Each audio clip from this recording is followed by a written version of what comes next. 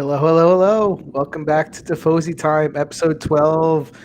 This is our third attempt at going live, so we may be live, we may not, but We are. we are. Oh, well, for those of you that are watching, you missed 7 minutes of pure gold that we definitely can't duplicate in the first two, so we apologize for that, but, blame our esteemed producer, the AV guy. Who had an aneurysm, but I don't He even did. know if he's He still. did. I don't know if he's recovered. He definitely was flipping out, and rightly so. But for those of you that are here, this is Tifosi Time. We are your fastly becoming favorite show when it comes to Serie A and all things Italian soccer. My name's Frank. These are the twins. Say hi, guys. Hello. The twins. That's offensive. My name's Chris. Yeah, our producer promised some overlays with their names at the bottom, and that's not there. So There's always next year. Although you guys could not look more different now that I'm looking at you guys on the screen. We got Mr. Well, yeah. When did you grow a beard? I saw you last week. I'm still in vacation mode. Also, I put on about 40 pounds. So I put on 40 pounds this weekend. So it's all COVID 40. Yeah. So I did get the tonal and went through the exercise and like setting up the machine, the original thing. My butt is so sore, it's ridiculous. Wait until he starts the exercises. I give it a week and a half before you get hurt. Oh, that's actually pretty. That's for me these days. That's actually a pretty good run. Yeah, boy. All right. So should we talk about soccer? Or you guys want to talk about something else? Yeah, no. There's a lot of soccer to talk about. I guess we should probably talk about that. Why don't we start off with the somber note? The football world lost an all-time great this week in Maradona, who obviously meant the world to Argentina, meant a whole lot to world soccer, and deep ties to Italian soccer. Of course, from his days at Napoli. So, a sad day at the age of 60, passing away. Well, I'll just throw it out there. I have some thoughts, but yeah. So I don't know. Chris and I were too young, I think, to really appreciate Maradona. We didn't really get to see him. I mean, when he came to Naples, we were one, so we didn't really, we didn't really get to, or we weren't even born. I didn't think. So we didn't get to see him. I did watch a documentary though on him. HBO put a documentary out in 2019, so I watched it last week, and there was a lot of interesting things in there that I didn't know about. And I figured out, he's probably the greatest player of all time. You should probably know a little bit about him. So. Yeah, I mean, for me, it's always hard. Greatest, when you start splitting hairs, greatest players of all time, it's like he's definitely in the conversation for sure. And what he meant to Napoli. Oh, look at that. We got fancy, right? Epic here. So, back in the day, wow, look at that. The world record transfer of 10.5 million from Barcelona to Napoli. So that was in the heyday of when Serie A was starting to become really through the 90s, the main league in Europe again. But look at that, 10.5 million. Now you can buy I don't know, a third of Bonucci for that, which is pretty crazy. Yeah. So actually, that's the big point, that the Italian league was the team. That was the league that everyone went to. All the stars went to. Was more of like the richer league. And his original transfer from Argentina to Barcelona, that was a transfer record as well. I think like $6 million or something like that. Spent 2 years there, and I'm learning all this. Like I said, I watched this last week. Spent 2 years there, was injured a bunch, got in that huge brawl in Barcelona in one of the cup finals. So his whole situation there just didn't work out. And apparently there wasn't a big market for Maradona because all this extra stuff that he had going on. So Naples, who and Frank, I don't know how much you remember. Did you follow him at all? Like when you were younger, Yeah, I mean, well, the time when he went over, I was, I think I remember more of their second title run in like the 89 season because I was 9. Yeah. But he was definitely somebody that had his demons throughout his career with obviously like substance abuse and things like that. But for Napoli, man, he is God there, right? I mean, it's And rightfully so. I mean, he really and I do have an issue with what you have on that chart, though. It said beat Italy in the 1990 World Cup. He did. In the semifinals. No, Walter Zenga beat Italy with his full leg. I'm saying when I say he, I meant like Argentina beat Italy, and the reason I put that, I remember. Yes, but the reason I put that was because that game was in Naples, so you had Maradona, who was a god in Naples, against Italy in the semifinals, and the fans there are going crazy with rooting for Italy, but then also you have your savior there, which just that whole situation is like, why would they ever put that game in Naples of all places? Well, and that started from my memory. That was really the first, maybe not the first, but did I remember 86 much?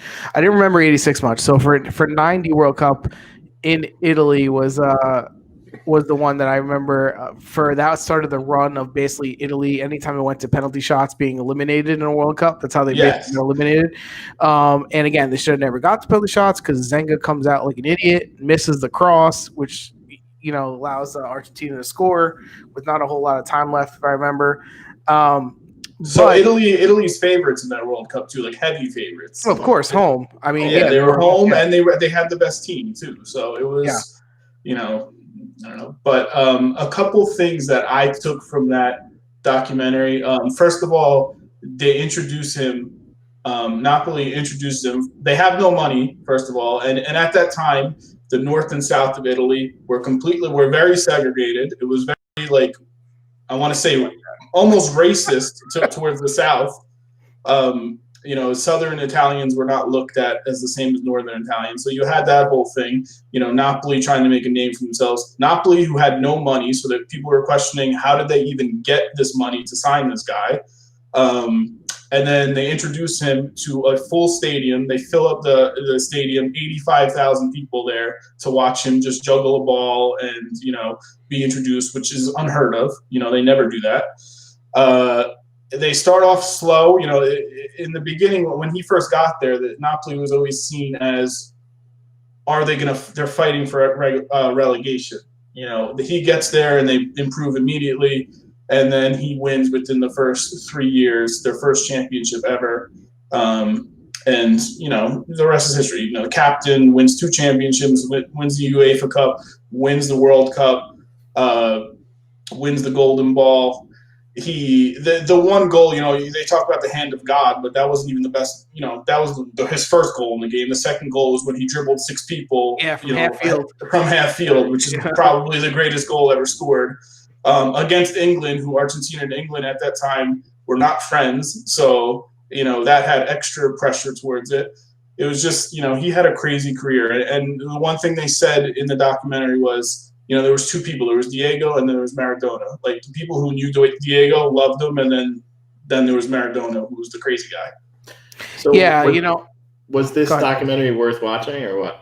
I mean, it's 2 hours long. What's the name of it? Why don't you give it a shout out so people could watch it? It's HBO. It's not TV. It's HBO. It's just called Diego Maradona. Again, it was made last year, so it's interesting. It's mostly in Spanish, a little bit Italian. There's very little English, so if you don't like to read subtitles, or just keep that in mind. I'll have to check that out. Yeah. So what I was gonna say. Obviously him passing, it's sad, but here's the one thing in a crazy year as 2020's been, right? And just add Maradona dying to 2020, and obviously in the scope of things, having an athlete die isn't doesn't really stack up there. But what I will tell you is, to me, it's always resounding as when you see these moments, it reminds you how much of a global sport soccer is, right? And how much it can really unite people in its best moments and in its really bad moments. And just to have, people mourning Maradona's passing across continents, it just shows you that as much as everything's crazy and it's divided at times, sport really is a unifying factor. And even in crummy times with someone's death, right? People get together to celebrate the memories that players like Maradona provided them. So I don't know. That's me grasping at some good straws here in 2020, which is bunches keep on rolling. I mean, in Argentina, I think they took a 3-day. They shut down the entire country for 3 days to mourn his death. So, it doesn't. 60 years old. I mean, he was still pretty young. You know what I mean? So, I have to think. I have to wonder if the damages into his heart with the cocaine use and the other stuff, caught up to him. Yeah. All right. I just wanted to talk about him a little bit because you can't really talk about such a big event. You got to brush up on it, even though, like I said, we were kind of young for that and did get to see him. I didn't do any homework, so I should have. I just was going off memory. No, it's fine. But it's a good transition to go into Napoli versus Rome. We'll start there because that really was the game of the week, right? The 2:45 game on Sunday.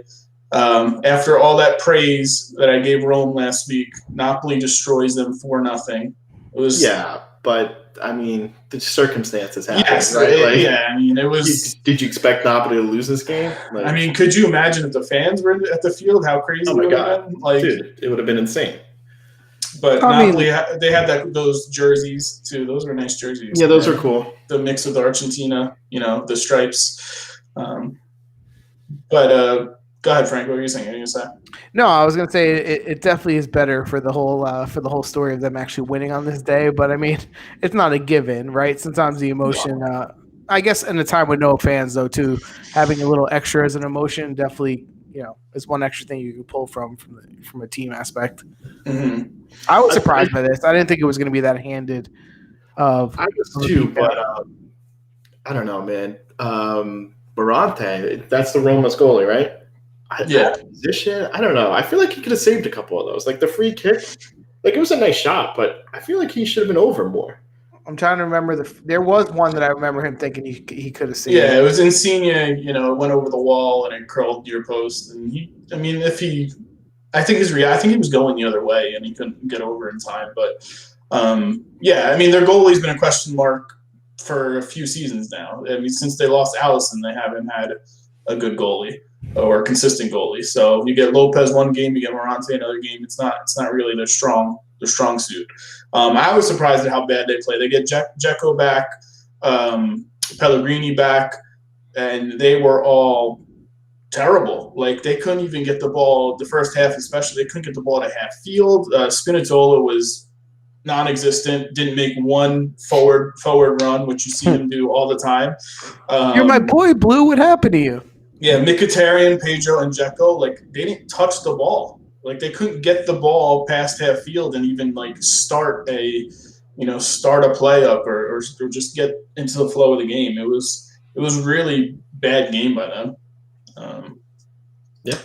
But Insigne scored. He scored the first goal. He took out Maradona's jersey, and a little tribute to him.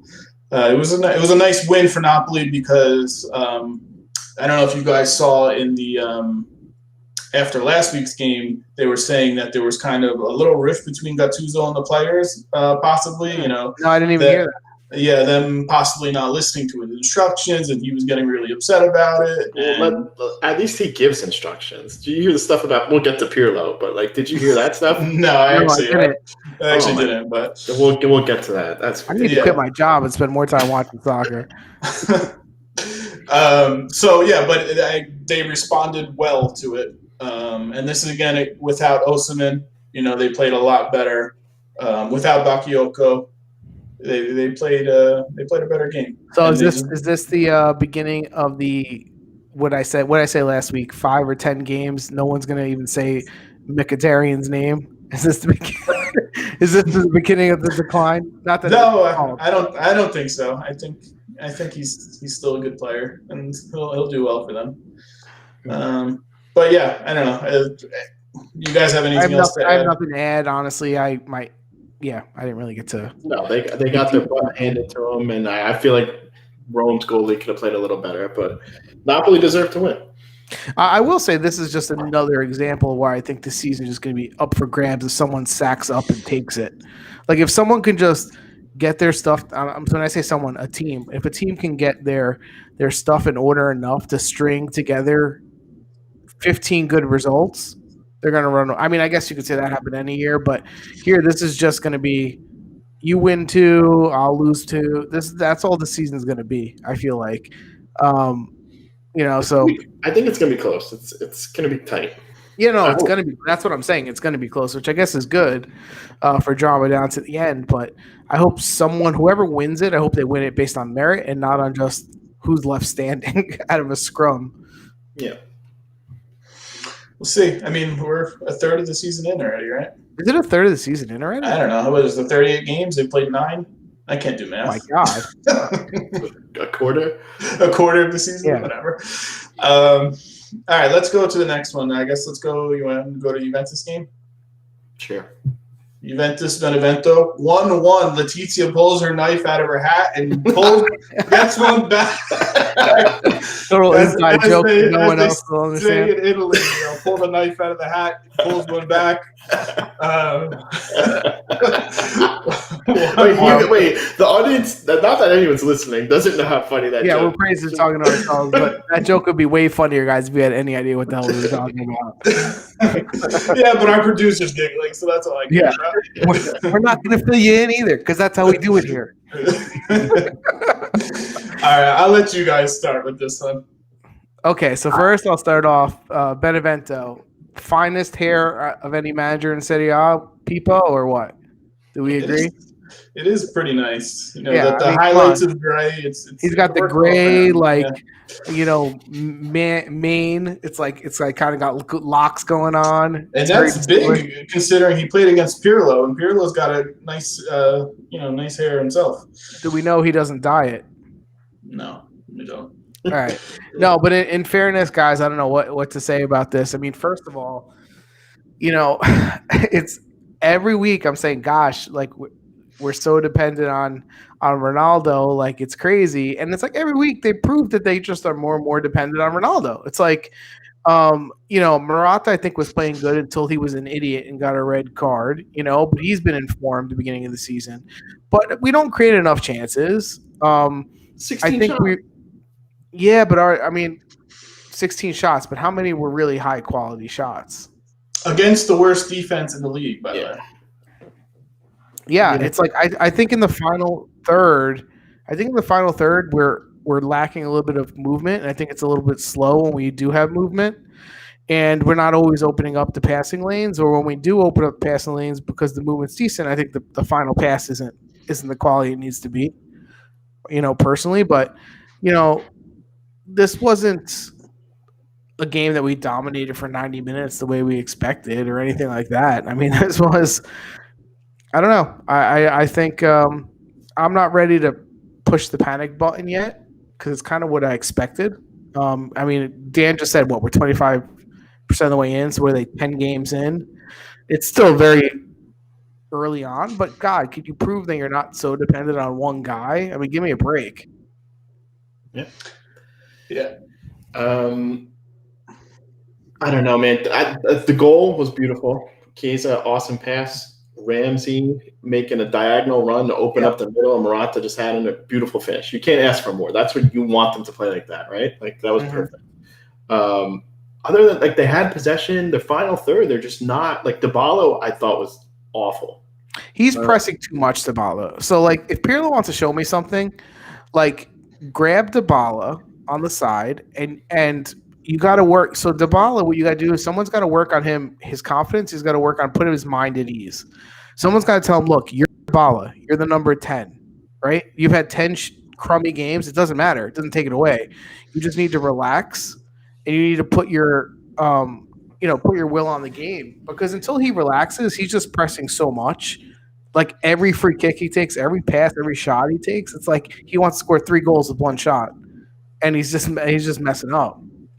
Yeah. And I think he gets unfairly criticized too at times because they're saying, "Oh, he's," the announcers were, "Oh, that reminds me of one thing that I will say about this game, which remind me later."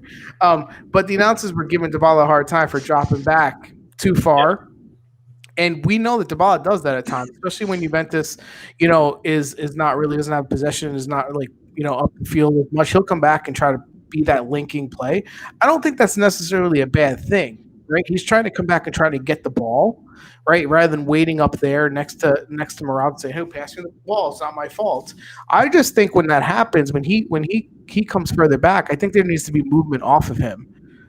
as he sucks defenders towards him, there's got to be movement off of it so we can play the ball out of there quickly. And but I don't know. I think all eyes on Dybala right now, and he needs to score like 3-4 games in a row just to like make himself feel better.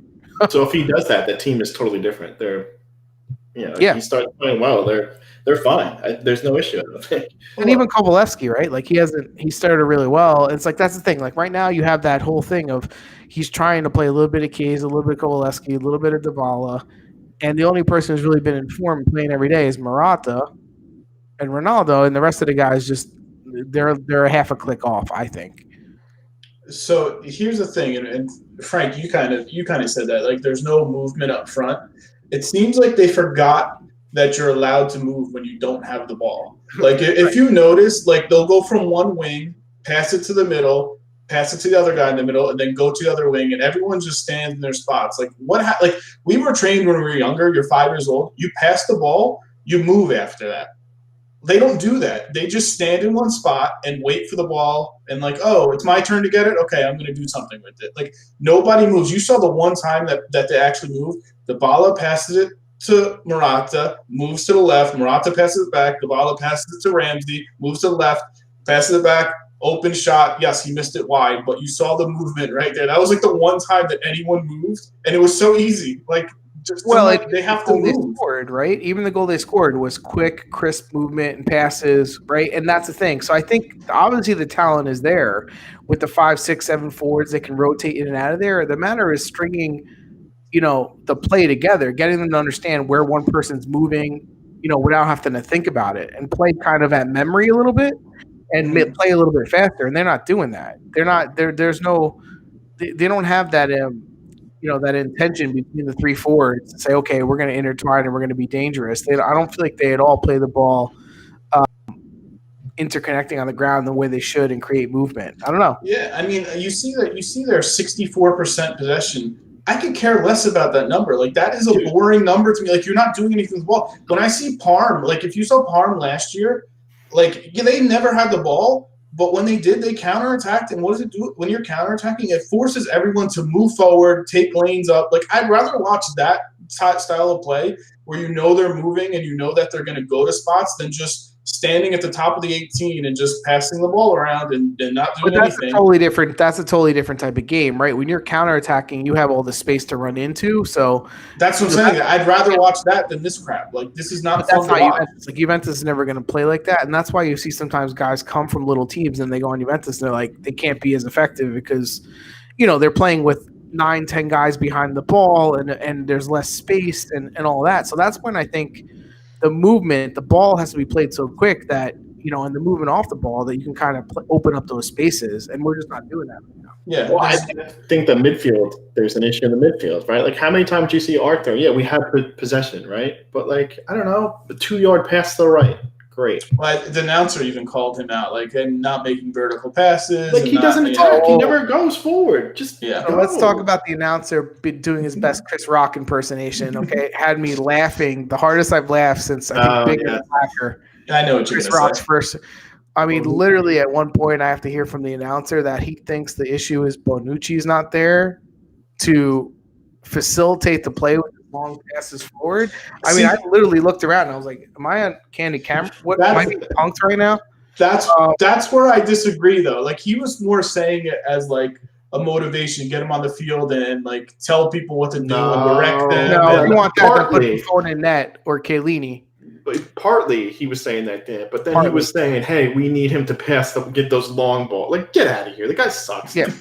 I mean, listen, if you take 30 long passes and complete 3, does that make you a good distributor of the ball? But you know what? At least he does it. Rabiot and Ramsey, they don't even try. They don't. I mean, whatchamacallit? Arthur, he didn't try. He doesn't try more than a 5-yard pass. No, he doesn't. Like he reminds me of Pjanic. It's like Pjanic 2.0. A younger Pjanic. Any comments, by the way? No, just our producer. So And Arthur came from Barcelona, and if you've seen Barcelona play the last couple of years, they kind of do the same thing. Very boring. Sometimes they can be very boring and just pass from side to side, possession. Here's what I think about Arthur, though. Arthur, I think you got to take for the kind of player he is. So I think Arthur is somebody that can take the ball quickly off the defense and play out of trouble, right? Even if he doesn't have a lot of space quickly. But the point is, if he's going to do that and he plays out of trouble, even if it's a short pass, what happens to the ball after that? Is there more movement in a second pass that happens right after that? Or is it very slow where they get it and then they take a couple of and that's where I think the problem is not so much that he's not making vertical passes. I think it's the fact that it's just stagnant all around. Like, I don't think they have there's no. You're right. No one's running for him to make a pass. You're right. No one's trying to get an open space. It's very predictable. It's pass the ball around for a little bit. Bring the ball to Quadrado, bring it to Bernardeschi on the side, wait for one of them to cross the ball in, and it's usually not a good cross, and that's what you get. Yes, other people should be running for him to make those passes. They're not doing that, so it's not all his fault. Yeah. I expect more from him. Be a little bit more aggressive. That's all I'm saying. Anyway, on to Pirlo. I don't know. I was reading some article today. Apparently, he doesn't give instructions during the game. The assistant coach yells stuff out, he doesn't give instructions during the game. There's no tactics going on. It's all given from his lackeys. He doesn't do anything. Yeah, I don't know. Not to bring in I hope that's not the case, because first of all, that's a problem. But that reminds me, since we're in New York, right? And I followed, and the Jets are 0-11. Every once in a while, if I want to go to sleep with a good laugh, I'll put on a Jets podcast. And they play Adam Gase, who's the head coach, and it's amazing because they ask him questions every week, and they'll be like, "So what went wrong? How come you only had one first down in the whole half?" And they'll be like, "I don't know. I have to go back and look at the tape." And no matter what question they ask them, it's hard to tell in real time. I have to go back and look. Yeah. I'll have to go back and watch. And it's if that's the point with Pirlo, if he's not giving instructions on the field, which I don't know if it's true or not, right? But or any coach. It's just a rumor that players were confused and instructions coming from the assistant coach, not him. Tactical stuff's coming from you have to be able to read the game on the fly and make adjustments. And any coach, that's what makes the great coaches, and read the game. And then also, even if your assistant coaches are giving out the tactics, why the hell would they be confused? Are they not? Are they not telling them something to understand? I don't get that either. For me, it's very rare that I hear Pirlo's voice, and it's so easy to hear the coaches because there's no fans. Yeah, I don't hear him a lot. If you watch the Samp game today, Ranieri was suspended because he did something stupid in last week's game. So they had their assistant coach today coaching. The guy screamed so loud for 90 minutes. I don't know how he had a voice at the end of the game, but that guy had heard, and he was definitely giving instructions to the team. I never. That's how Daddy coached, right? That's how Daddy coached. It was literally I was having PTSD. Literally, the guy was screaming the entire time. So what you see from Pirlo is him talking to the fourth official, what the hell's going on? Where's the ball? Shit like that. Coach, tell someone to do something. I remember at the beginning of the season, the first game, he would talk to Frabotta a lot. He's coaching him on the sideline because he doesn't trust him. Let's play a little psychologist now, right? So we're putting pieces together, right? So back to his first couple of Instagram pictures with him in his hands in his pockets. Remember, we kind of said, which pissed me off.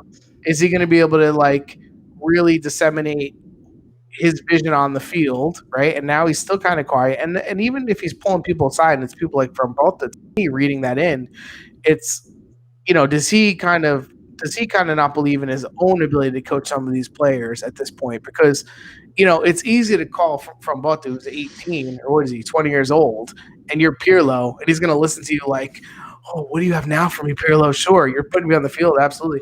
But, we need you to talk to Arthur and Ronaldo and Dybala. You got to give Pirlo credit. He did call Arthur out after the game. I don't know if it was last game, but the game before. I think the Euro game. And another thing I'll give him credit for is the fact that he actually, we're 10 games in, and we've actually seen spells and games with Ronaldo not on the field. I give him credit because that was my complaint. Sorry. To be honest, I don't think he has a say in it. I think it's Ronaldo saying, "Listen, I'm not going to play in this game. Yeah. You do it without me." I think he has. I don't think so. Ronaldo always wants to play. I think he probably had some Black Friday deal that he had to do. Like he was like, you know what, I need to concentrate on other stuff. I really don't. I think he has a say on whatever. I'm pretty sure. I need you to check your sources on that one. I don't know. I'm pretty sure he said he didn't want to play. I feel like you can't pull Ronaldo off the field ever. And now he's just going to say, yeah, have this one without me? When he's been scoring goals and they're saying, oh, is he going to break 40 goals? You think Ronaldo opted out against Benevento? Ronaldo is 100%. Ronaldo loves stats. I think Ronaldo would Listen, Ronaldo didn't play because Ronaldo didn't want to play. There's no way. Yeah, and no one's going to say no to him. So then there's nothing to give credit for at all to Pirlo then. You don't talk. Your assistant coach gives crappy. You're not even making decisions to sit a guy. I'm trying to give you the benefit of the doubt. If he's not even doing that. I think Pirlo's done wonders with Danilo. I think you have Pirlo, who is the greatest midfielder this season. Pirlo is one of the greatest midfielders of all time, and he's got a shitty midfield that he can't teach or tell him what to do. Like, how is that possible? How can you not learn from Pirlo?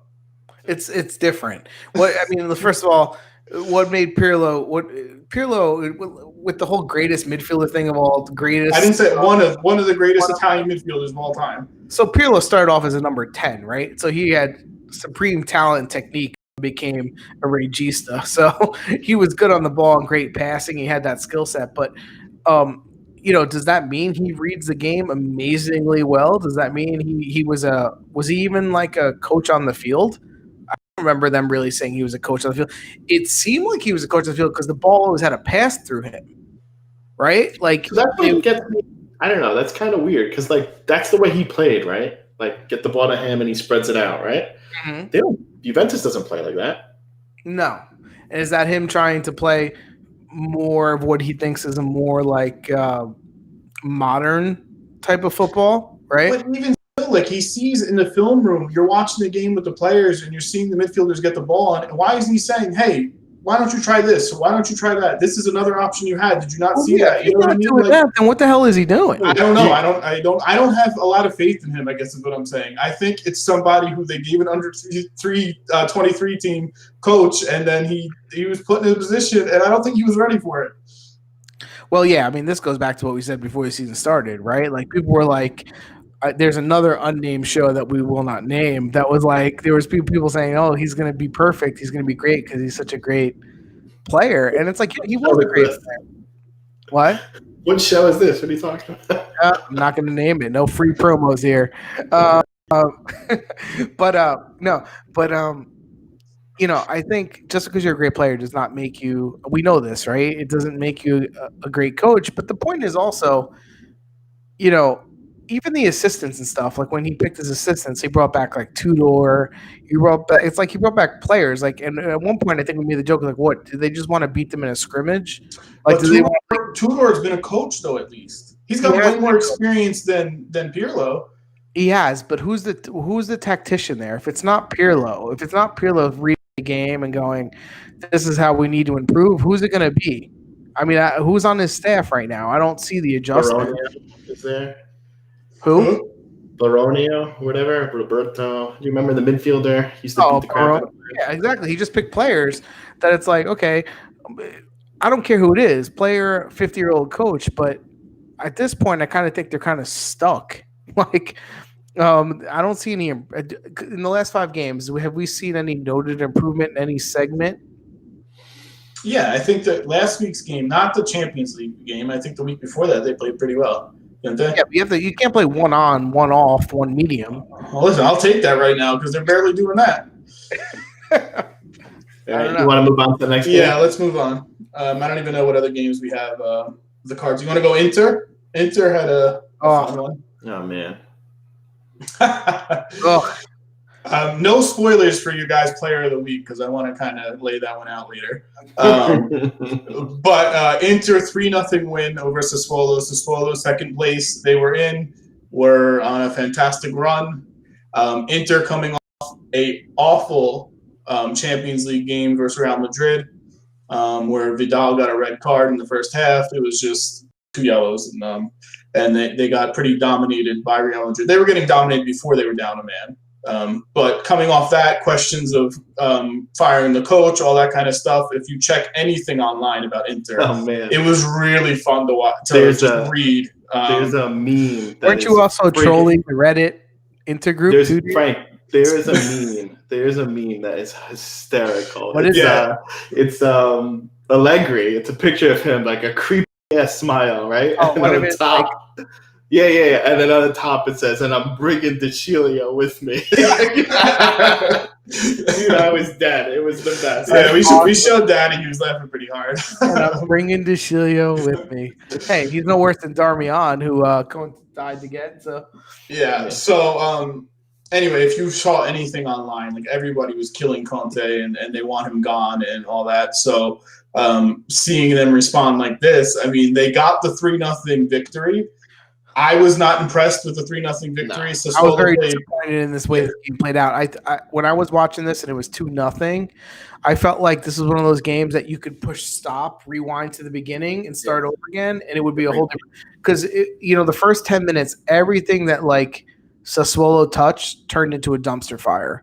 Right, it was like being just like losing the ball in the defense and creating a goal against yourself. Like, anytime you had a clear chance, they would misfire. It was like the first half was just like, yeah. I mean, Kitty Cash got hurt. I made fun of him at the beginning of the season. I said he's one of the worst defenders. Then he starts playing decently the past few games. I think you gave him props last game. Yeah, I gave him props. And then he gets hurt at halftime, and that was the greatest thing that could ever happen to him because he was having one of the worst games you could ever see. So he was hurt kind of before that, but they let him play. But I don't know if that was smart because, oh, my goodness. That rating 1 from 10, he was a 0.2.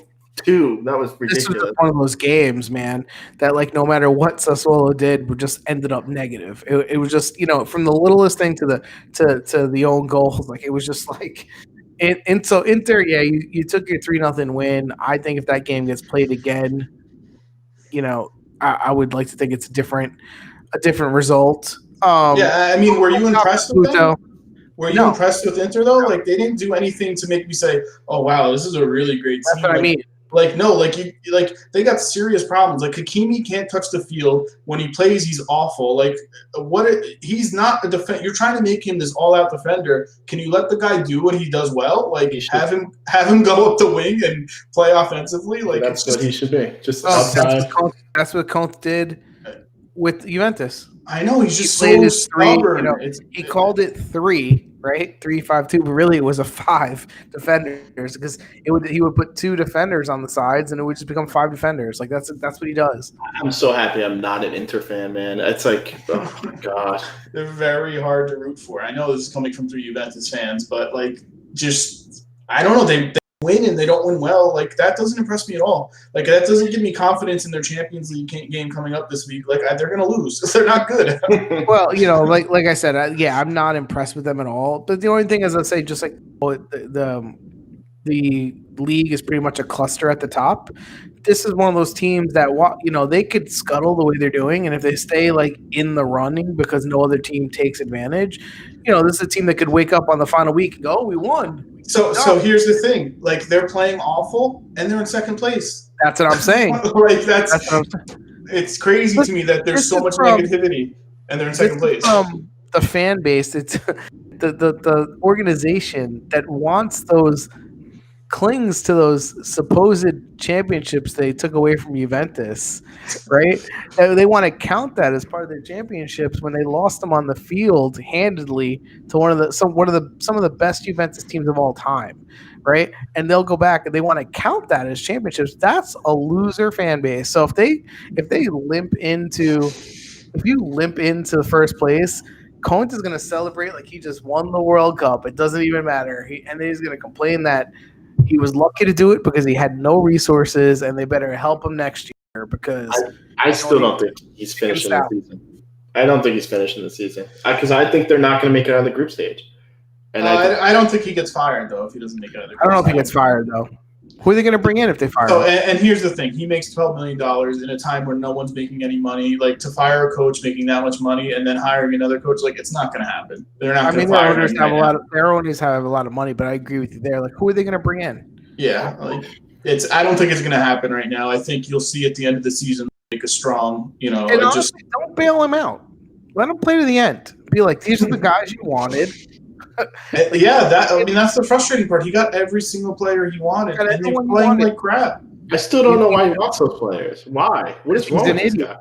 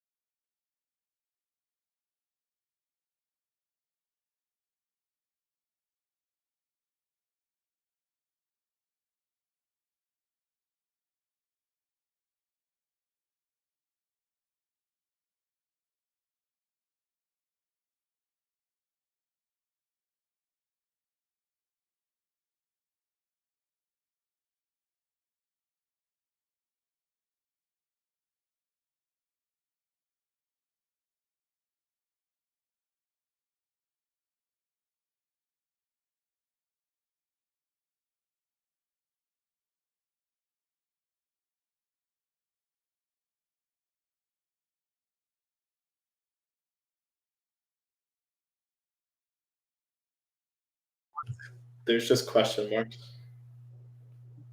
We're back. When did you lose us? When did you lose us? That was pure gold again. Yeah, man, we were bashing Inter like crazy. Come on. Oh my God. So you guys fill in, those of you watching, fill in what happened over the last 2 minutes, and I guarantee it wasn't as good as what was just said.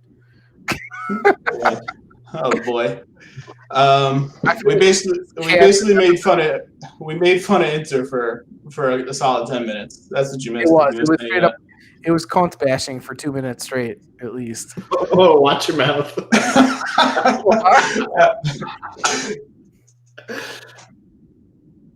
Yeah, we're gonna move on to Atalanta. Poorly produced once again.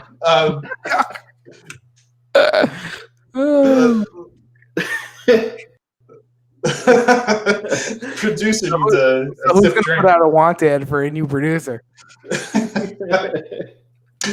All right, this was anything, and he does all the work for the love of the game, but we need more. I feel like he was in the bathroom for 10 minutes because this is the first time I'm hearing him. Yeah, the best part, he like texted. He's like, "Oh, you guys aren't even on." We had no.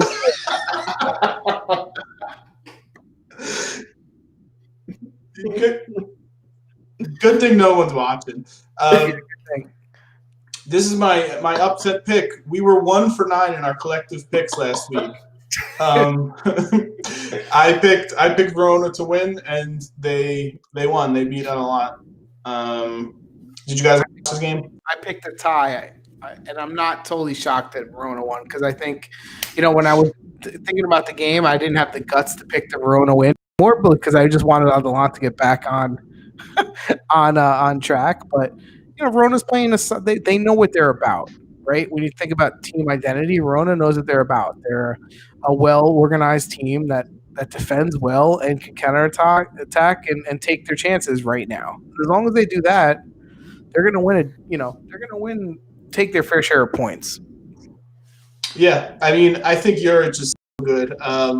They even Lovato got hurt, and he put in another defender. Daniels on mine.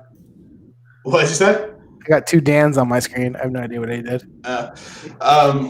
So Lovato gets hurt. He puts in another defender. Then in halftime, he subs that defender out, puts in Veloso. Veloso has a goal and an assist. Great. Like, he played awesome. Zaccagni, I think if he was on a team like Atalanta, he would be talked of as like one of the best Italian players, and even like national team consideration. Like, that's how good he's been this year. He scored a goal. Yeah. Go ahead. No. I mean, he scored a goal. He drew the penalty. He's played fantastic this year. They just have players who know their roles and they do it well, and they're coached great. It's all about coaching, man. He's good. I think he's gonna leave eventually. Well, like, people are gonna want him. I made a joke to you guys. I said before Lovato got hurt, I said Lovato's awesome. I said how soon until Juventus buys him and then loans him away before they ever play him? So there was another rumor. Yeah, that joke. I remember that text. But that there was a rumor today that teams are already looking at him. Juventus. Lovato's good. I mean, listen, for the games I've seen, and I've probably seen 4 or 5 this year, maybe of theirs. For 20 years old, not only is he strong in the tackle, he's almost a throwback a little bit to an old school defender who's like, you're not going to pass. I'm gonna steal. I'm gonna win the ball in the tackle. He also has really good positioning for a youngster. He's fast. He doesn't get beaten in speed, and he doesn't get bullied. So, I'm happy. I mean, he's not staying there. Somebody's buying him. Yeah, he's gonna be gone. Which sucks. I mean, it just sucks for Verona fans. Like, they can never build something consistently, but like, you got to give them credit. Like, they replaced 3 stars and they haven't skipped a beat. Like, they're even better than last year. And again, I think it goes down to management and coaching. And they didn't have a lot of chances versus Atalanta. Atalanta had a lot of chances. Silvestri made his saves, but Verona takes their chances to 2 shots on goal, 2 goals. Like, I'm beginning to think Atalanta ran their course last year, and I don't know if they're going to get it back in time to do anything half as exciting this year. You say that, but then they go midweek and they beat Liverpool 2-0. Yeah, they did. Okay, but they lost 5-0 a week ago. I know. It's just the consistency is definitely not there like it was last year. Although last year they did have a run, right?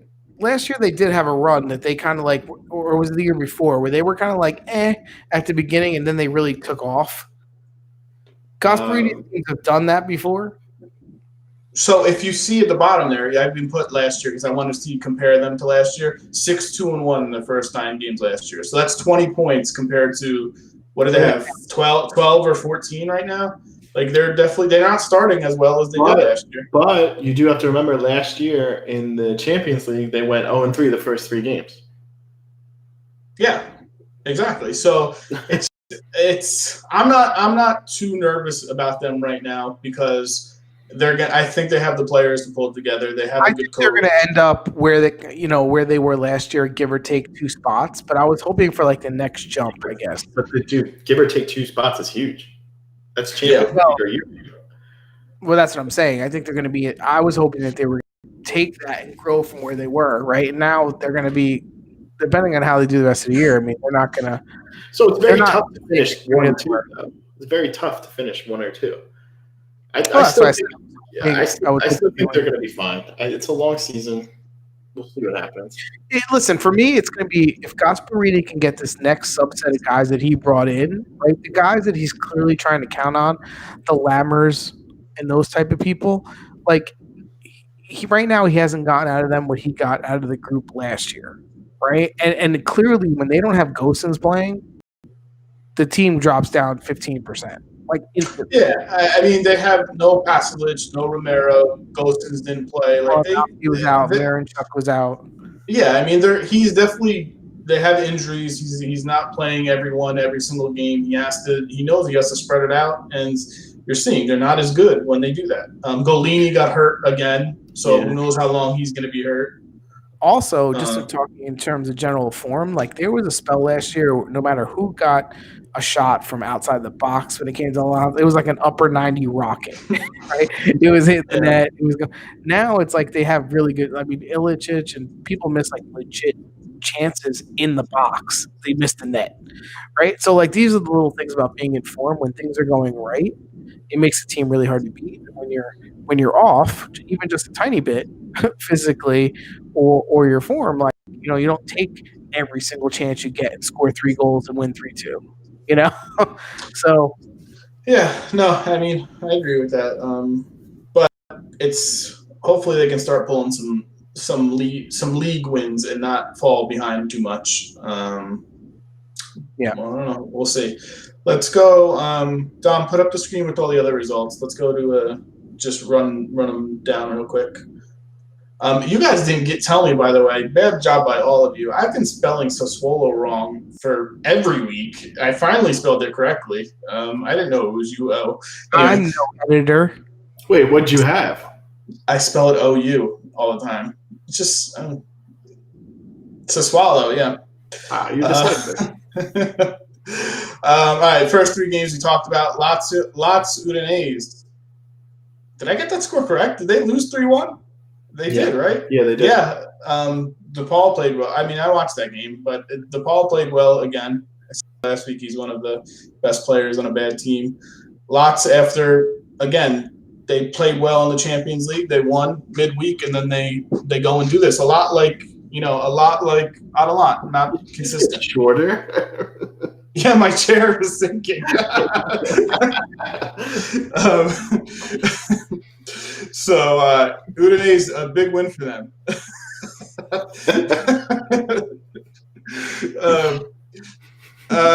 Milan, Fiorentina, 2-0.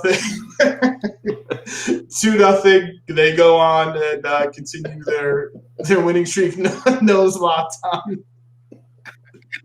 No Zlatan. They win 2-0 anyway. Fiorentina still sucks. I don't know what he's laughing at.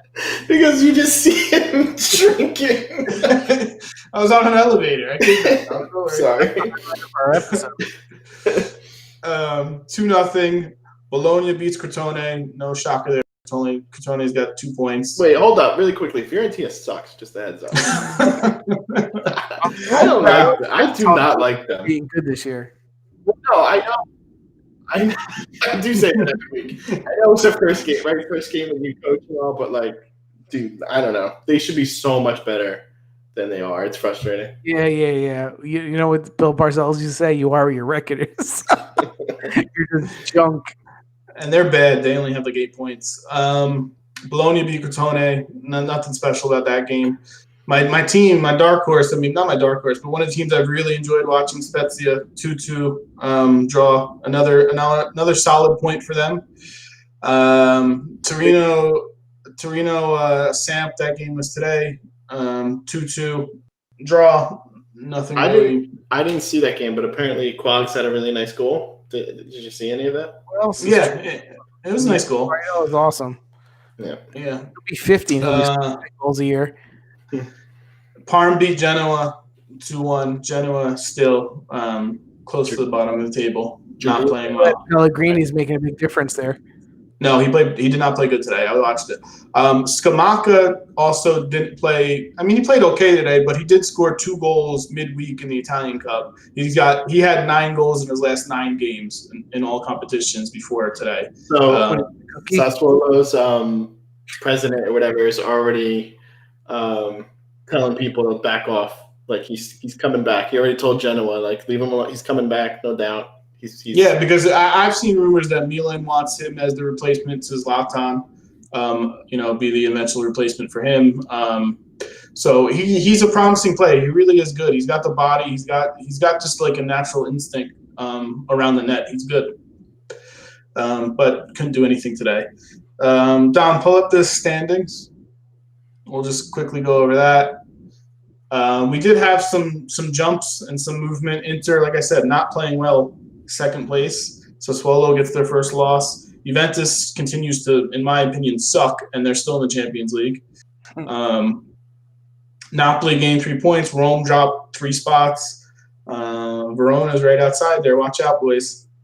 Atalanta's had their spot taken by Sassuolo. Otherwise, our top 4 would be looking correct. That's right. Yeah, we picked All three of those teams. And you have to remember too, Rome had that forfeit, so they should have 20 right now, and Verona should have. Yeah, and Napoli also got a point taken off from the forfeit from Juventus. So like, there's all those little things, it sucks. you know. Really, all roads point back to Juventus sucks even worse than it looks. Yeah, that's what I'm saying. Yeah, but I still think they're going to be number one by the end. And on the other side, you have the. Do you like my little heartbeat thing at the end? You're hanging on to life. I don't know if anybody knows that. So how long until Fiorentina drops into the bottom three? Torino passes them this week, or what? The team, if playing Juventus, I think, though, right? I think Fiorentina, is playing Juventus. Torino. Oh yeah, it's a big game. Fiorentina, Torino. So maybe 2 more weeks. All right, let's Dom, pull up, since we're not going to talk about the Champions League extensively, but Dom, I think I made a graphic of the standings, like the tables for each of the Italian teams. You want to pull that up real quick? Inter, Jesus. Iron Munchbach. Yeah. So Inter's in a tough spot. Yes. They got, they put themselves in a real hole. I think they're going to be going to the Europa League. Love it. Atalanta in third, but they're actually not in a bad spot. They played Liverpool twice already. They play FC Midtjylland on tomorrow. This week. Tomorrow. Hopefully, that should be a win. And then the game. Ajax tie, and then they're tied at 10 after next week's games. Yeah, I mean, a tie and a win can get them into advance. So they're not in a terrible spot. Lazio's done well for themselves, second place, considering all the, issues Lazio's had this year, but they're doing well in the Champions League. And then Juventus has already clinched a spot. It's just a matter of, will they get first? I don't think they will, but, they're doing well. They've clinched a spot. It just shows how bad their group is, because they've played horrible. For them to be at 9 points is kind of crazy. Yeah, I mean, they didn't have the toughest group to start.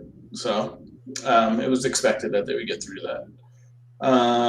Dom, do you want to pull up the player of the weeks? So before you pull that up, Dom, just with this, I always text you guys, do you guys have a player for the player of the week? And I got these simultaneous texts from you guys. So Dom, I want you to pull this up. Like, these literally came in back to back, like on my phone, like a second later. So Chris said, "Can I put Kitty Kish for Inter?" And then Frank said, "I want to call out the defender from Sassuolo." So he just talking about Kitty Kish. Yeah. Yes, you spelled Sassuolo terribly, I spelled everything wrong. I'll let you. I mean, we kind of touched on it, but you guys want to talk about it? Yeah, but the guy had one of those games that you just want to. He should be cut instantly. It's just unlucky, and I don't know. One of those games, and he only played a half. Yeah, it was bad. I mean, how do you recover from that? I mean, you need like at least 14 sessions of mental, like, health therapy after that, right? I mean, yeah, some sports psychology after that. I mean, the play where Lautaro, who's not a big guy, just throws him off the ball like he's a little kid, was disgusting. That was bad. I mean, that's the thing. He got beat physically. He got beat in speed. He was hurt. He was hurt, but like, don't play then. You know what I mean? If you're gonna play, I mean, look, anyone could score an own goal. That one was like unlucky, but that was just, he was cursed that day. The time he was on the field, he was just horrible. It changed the game. So yeah, maybe Conte offered one of his $12 million to save his job. Hey, give you a little side cash if you put a couple in for me. And then I put Zaccagni. Like I said, he's been one of my favorite players to watch on Verona. He had the goal. He drew the penalty. He's just very active, and he played well for them. And anytime I can promote Verona, I do. And I think I've picked a Hellas Verona player like multiple times to my player of the week. I just constantly do it. We pick a lot of Verona and Sassuolo players. Yeah. We'll be coming back. Jesus. Yeah, when is Caputo coming back, by the way? I know. No Caputo's Corner this week. We didn't even get a Caputo's Corner. Yeah, do it now. All right, let's go to the games for next week. Let's just pop those up. We get some. We were 1 for 9 last time, by the way, so we're gonna have to go 9 for 1 to catch up. 9 for 1, 9 for 9. You need. I does good math. I found my game, Roma and Sassuolo. Ooh, that's a good one. That's a good one, man. Sassuolo's got a tough schedule for Sassuolo. Yeah, that should be attacking, fun to watch. I'm going to say 3-2 Sassuolo. I mean, is Caputo back? That's a big factor in. Well, I'm assuming he's back. That's why I'm giving them the win. If not, it's a tie. You assume things. I know. You make an ass out of yourself. Yeah, pretty sure that's to say. Rome has another midweek game too, right? The Europa League games are also going to be this week, so I'm going to take that into account and the fact that Sassuolo's been playing well and hopefully they bounce back. I'm going to say 2-1 Sassuolo.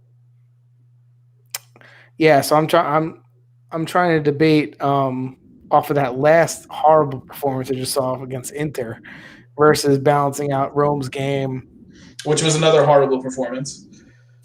And they have a game this week. Yeah, I'm gonna go 2-1 Sassuolo. Okay, so we all picked Sassuolo. Great, they're losing. Put your money on Rome. Dom, can you make that a little bigger? I'm a little blind. I can't see that.